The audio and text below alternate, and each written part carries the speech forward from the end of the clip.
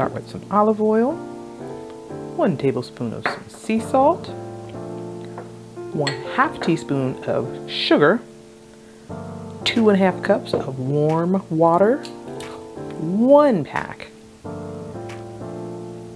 of rapid yeast, and the star of the show, this type of flour. This is actually a fine flour. My neighbor, Lindy, told me about it, and it is so easy to make this dough. So these are the things that we're going to need. So let's get started.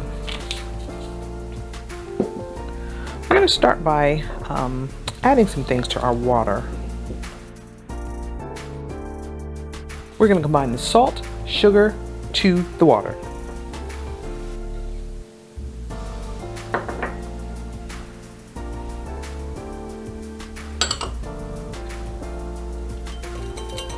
And dissolve.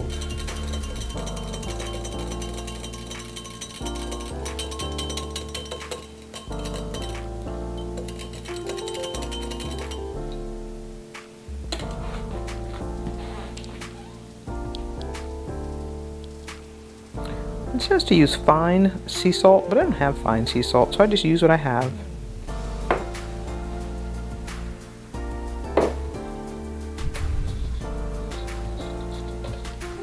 So let's start making our dough. We're going to start with this flour. As I mentioned, this is a brand new flour for me. It's an extra fine flour. I can't wait for you to put your hands in there and kind of feel this. But what we do is pour our flour in there and make a little well with the back of a bowl and begin to add the water mixture. We're going to add a little bit right now, and remember it has your sugar and your salt and your water, and we're gonna just add a little bit at a time, and then we're going to put in our yeast. Okay, just pour the whole thing in there, and then we're gonna sort of slowly combine it with a fork. Okay, just put that fork in there and just sort of start mixing. We're trying to keep out the big clumps if possible, so I'm sort of like incorporating a little bit of dough or a bit of the flour at a time, and then I'll begin to add a little bit more and more of the water. Again, this is some room temperature water. And eventually it's just all going to kind of go in there, and then we're going to, again, incorporate it as best we can. Now we're making dough, so you're not going to necessarily see these big clumps, but we want to make sure we incorporate it as much as possible. So you just see me going around trying to get the water in. And then I realized, you know, when I make bread, I use something a little different to help this process, especially when it begins to get thick like this. So we're gonna change up a little method here that I hope you try. So I'm putting the fork down, and I am going to get a wooden spoon, and I'm using the back of it sort of like a dowel. You see that thin piece right there? And this works wonders when I'm making regular bread. And so I figured maybe that would work with this dough, and it did. It gets the dough and the flour off the edges of the bowl. It helps with the dough itself because it's so thick you really can't get much in there. And so once I get a lot of it off, then I take it out, and it's time to get my hands a little dirty. Okay, so I'm starting to knead my dough. Okay, you're going to knead it for about 5 to 7 minutes, and you'll see that it starts to come together. My goal is to get some of those dry pieces out and get it all into one ball. Once we get it into one ball, we're going to get it out on the counter and really knead it like we really mean it. Okay, so again, this is just really one-handed because I was trying to hold that bowl there, and I did that probably about 5 minutes, and then I got my mat out, and I'm going to put some flour on the bottom, and then I'm going to put this dough right out on here to get both hands in so we can get this dough kneaded really well.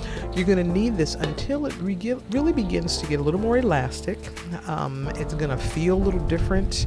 I am no dough aficionado or bread aficionado at all, so this is not, you know, perfect kneading, but I do know that I need to get that yeast to be activated. I need to mix all those things together, and so I just keep going until I feel the dough change. All in all, like I said, it's only about 7 minutes, so it really doesn't take that much time. Okay, once we get our dough ball looking kind of like that, and I probably could have kneaded that a little bit longer, but we're gonna just put some oil on the bottom of that pan, and then we're gonna throw that dough ball right back in there. The reason for this is because it's going to rise, and I don't want it to stick to the sides of the pan. So I'm just really drizzling it, liberally, so that as it rises, you're going to see that it's going to come away from that pan very easily. Okay, so the dough goes in, drizzle some olive oil, cover with a towel, and voila! Look at that. It rose almost to the top of a huge pan. And so we're going to put this out onto the mat one more time and see what we have. And you're going to see how this comes away from the side. See that oil? I'm just pushing it down, getting some of the air, getting all the air out actually. And then I'm going to put it on the my mat. Now, really, we've already kneaded this thing. So all I'm doing is sort of bringing the edges underneath the bottom, sort of tuck it and roll, okay, tuck it and roll, and you're gonna see how much smoother this ball is than when I put it in there, okay? Like I said, I should have kneaded a little bit more, but I was in a hurry, I didn't feel like doing all that, and the longer you let it sit there, the more it'll get nice and soft. So I just press this down, and now we're going to actually cut it into 4 pieces.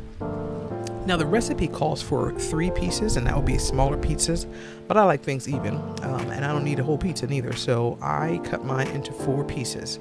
So 1 bag for me equals 4 whole pizzas. You can certainly make it more if you'd like to, have little tiny pizzas, but this right here still got me a really nice sized pizza. So again, I'm tucking and rolling, take the outside edges, pull it out, and pull underneath to the bottom. I'm going to gather them out on the bottom, and I'm just going to roll so that it's a nice smooth ball. Okay, let's look at that one more time. See, I'm taking the edges and I'm tucking them, pull and tuck underneath the bottom so we get everything tucked in nicely. I'm going to twist that, squeeze it.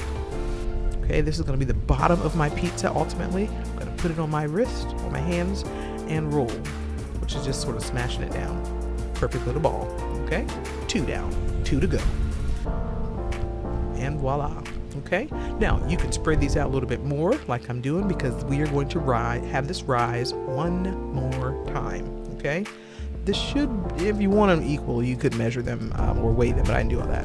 Okay, cover it up another 30 minutes, and voila, beautiful, nice big balls. You probably can make some buns right now, but I want a pizza.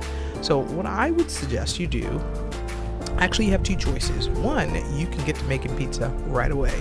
Okay, you can roll that out, put your toppings, any leftover veggies or meat you have, you got yourself some pizza dough. But what I'm going to do is I'm going to freeze them. Okay, I'm not ready to use them, so I'm going to just wrap them individually in plastic, and then I'm going to put them in a large plastic bag, a freezer bag, and pop them in the freezer. That way I can pull them out when I need them.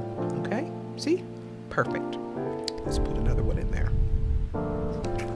And another one. 4 all together. See? All done. Ready to eat or ready for the freezer. Hope you enjoyed it. Stay blessed, everybody.